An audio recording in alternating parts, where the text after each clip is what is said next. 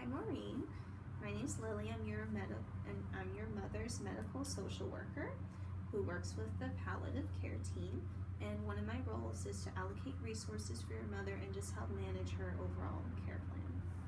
All right, so today this meeting is going to be about 10 to 15 minutes long.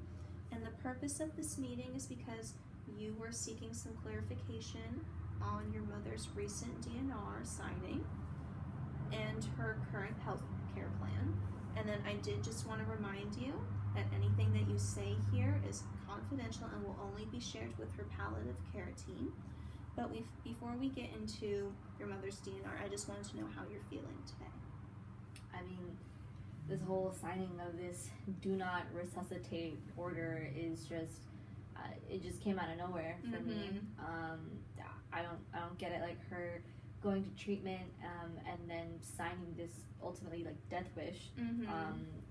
You know, it's basically saying that if she dies, you guys won't, give her treatment. You're just gonna let her die. And I don't understand the purpose of this order. So one of the main purposes of this order is if she becomes unconscious or becomes into a state of cardiac arrest, pretty much she, or any situation where she would have to be put on life support. So if she does get into any of those following situations or anything similar, she would like that we ultimately let her pass in a peaceful manner. However, our job as the palliative care team, we're much more of a management-based care. So while our treatments won't ultimately cure the cancer, it will ultimately make her feel more comfortable. I mean, I get it, you can make her feel comfortable, but why can't you just treat her as well? Like, why does she get to be like, okay, like, if anything happens to me, just leave me be? Well, ultimately, we cannot violate the DNR because that it just brings about a lot of legal issues, because ultimately your mother still is competent enough to the point where she doesn't need a power of attorney, so she still makes her own decisions about her own health care.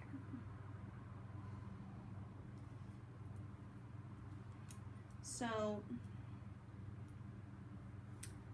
are you feeling frustrated with me right now during this conversation? I mean, I'm trying to understand, like what this DNR entails, but I'm her family, I'm her only daughter. Like, I don't get why she wouldn't want to continue living. I don't get it. Have you sat down and talked to her about this DNR, or? I mean, I found out the other day when I took her to one of her many doctor's appointments, and then they brought it up saying, oh, you need to sign a few more forms and it'll make it official, and I just wasn't aware that she was even thinking about having this being done. Do you feel in a sense kind of blindsided? Because that's kind of what I'm hearing right now. I mean, I've just always been with her for like every single appointment. During her first battle with cancer over 20 years ago, I'm still her primary caregiver. Like I still take care of her, take her to all of her appointments, I help her with her medications. I do everything, for her and with her. How often do you see her a week?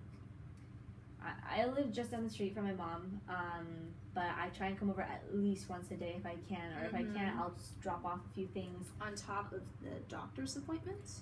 Including doctor's appointments, like I'm constantly with my mom, either running errands, for her, or with her, taking her to appointments, taking my kids to their soccer games and practices, spending time with my husband and my own work that I have. Do you feel in a sense overwhelmed, or? Because it all sounds very overwhelming to me. I mean, who wouldn't feel overwhelmed, Yes. having my mother is literally, dying, and she's signing this waiver, and I'm doing my best to keep her alive, so I don't get why she would even sign a document like that.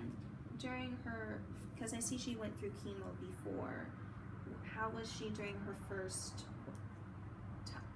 battle with cancer? I mean, she's tough as nails. Like, she's the strongest woman I've ever met, and the strongest woman I will ever know. And if you looked at her during her first time with cancer and going through chemo, you wouldn't be able to tell that she was going through it. She took it like a champ, and she pulled through. So I don't see why she can't just do that again and continue treatment, and why the palliative care team is even letting this be in her mind that Mm-hmm. the DNR is a method of, you know, an option to her end of life. I mean, ultimately, her physician, her primary care physician, it does have to approve the DNR. So ultimately, the physician or the palliative care team, we cannot make the decision for her. She ultimately signed the paperwork herself as to the reasons why. There can be a multiple number of reasons why, one of them being the pain that she is in. Do you know if, like, the pain that she went through for the second time with the chemotherapy, do you know if it's any harder than it was last time? I mean, when I took her the other day in the past couple of weeks, I know she's been, you know, more tired, and it's just because she's older. But I feel like, you know, she knows what everything else entails, you know, like the burns, the body aches, you know, the nausea. She's been through it all, so I think that we're well prepared and, like, equipped for whatever happens. So I think as far as her pain, I think that we can manage it, like, okay, you know, I try as best as I can, you know, helping her at home, making things easier for her. But, well, it seems like you work really hard to make sure that your mother is ultimately comfortable, which is ultimately a very good thing for you to be doing. But has she expressed to you the amount of pain she's in, or does she, like, not seem to acknowledge the pain? I mean, to her, pain is just like weakness leaving the body, so it's nothing to her. She'll never really complain about it, you know, like here and there, but she will make a big fit out of it. Okay. Well, it sounds like she's really a strong woman. She is. She's very strong-willed, and, you know, like, physically she is strong too. So I'd like to see her continue to have that motivation mentally to, you know, keep on living and seeking out treatment. How does the rest of the family feel about the ordeal? Well, I'm her only daughter. My dad passed away when I was younger, so it was really my mom that raised me. My husband is supportive of me, and he kind of gets where she's coming from, but ultimately he knows that I want her to continue, you know, fighting for, you know, fighting this cancer. And my two children, obviously, they're, you know, very young, but I want them to see her for as long as they can. But as far as the rest of my relatives and anyone else involved, they're not as close, and they don't take care of her as much as I do. Okay. Do you feel like you would be open to having some assistance, help with taking care of her throughout the week? Like a caregiver to come by and help her, like, prep some meals and do some light housework? I mean, my husband and I have thought about it. We're just not sure if it's entirely feasible. Along with all the rest of my mother's medical, you know, needs and cares that we see an occupational therapist, we see a physical therapist, we see, you know, a lot of different oncologists, a lot of other specialists, and my husband and I have our own, you know, payments to make as well. So not too sure on the financial side. However, I'm also, you know, afraid of, you know, I hear all these stories about all these caregivers, like, either, you know, abusing, neglecting, or taking advantage of, you know, like, the elder population, and I'm not, you know, too comfortable with it. But I haven't looked into it too much, and I don't know where to start with all these agencies. I don't know which one to trust. So one thing that we can do from the financial standpoint is that we can see if you guys qualify for Medicare, which we can help you apply for that and everything, and we can see, and if you ultimately qualify for Medicare, a lot of these expenses will be taken care of by them. So, for example, perhaps her medications and some of her caregiving fees would be absolutely free to you guys, and that the Medicare would ultimately cover them. And then in terms of your trusting of these agencies, I completely understand that you never know who is taking care of your mother, and that ultimately if they're trustworthy. So we have a list of what we see as to be trustworthy caregiving agencies, and there's multiple ones, so whichever one you feel most comfortable with. And we ultimately trust these agencies a lot, and we recommend them to our patients daily. So hopefully there is a fit with one of the agencies on the list. Okay, we can I mean, I'd be open to looking at the list. I just, I'll have to speak with my husband about it too. All right, at least you're open to the experience. All right, so the session is coming to a close, so I'm just going to summarize some things that we talked about today and perhaps just recommend some services and see if you're open to them at all. So one thing that we talked about a lot today was your in a sense frustration with your mother at the moment for ultimately making this decision, and I'm also kind of sensing that you wish that she had talked to you about it in a sense. So one thing that I think would be very helpful is perhaps family counseling, so that this issue can be resolved and within the family before, because eventually she will pass one day, and I'm sure she wants to pass without any family tension. And ultimately, we just want to make sure that you and her and the family is as comfortable as possible throughout this experience.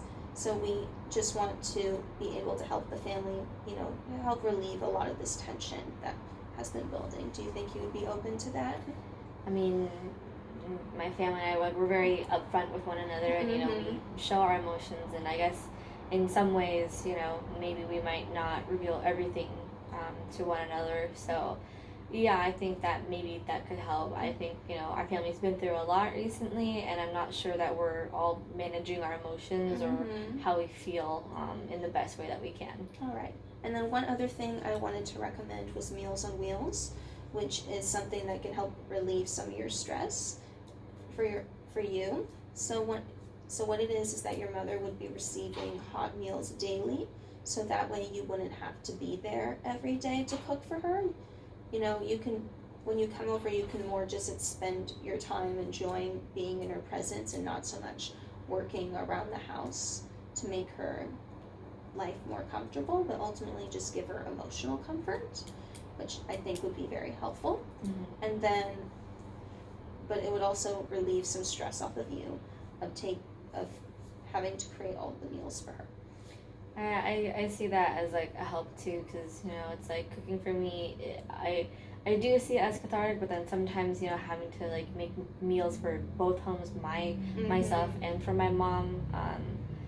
She does come over occasionally, but sometimes it's better because she just has all her medical equipment there, and having to take all the kids over for dinner sometimes can be a hassle, and we all have different schedules coming home. So, but I think Meals on Wheels would be able to help, and that way my mom, I know that she'll have food ready for her. So now that we've decided that these resources would be helpful for you and your family, let's do some clarification work, just like sort out some dates in the next couple of weeks, just to see when it will start, and we'll see if these resources are ultimately helpful for you guys, and just see if it works out. All right, and then we are going to be meeting about monthly, and I will also be meeting your mother about monthly, and we'll just kind of take it from there. And if we need to do more visits, perhaps bi-weekly, we'll come to it when it arises. But ultimately, that seems to be all the information I need today. But do you have any questions today? Not so much. I think I have a better understanding of the DNR, and maybe understanding how my mom feels about it. I guess that I'm not ready to let my mom go is what it is. And even though she's still alive, I just saw this DNR as her just giving up. But thank you for all the resources. I hope that it can make things at home like a lot easier and better for my mom. All right, that sounds great. All right, I'll see you next month. Okay, thank you so much.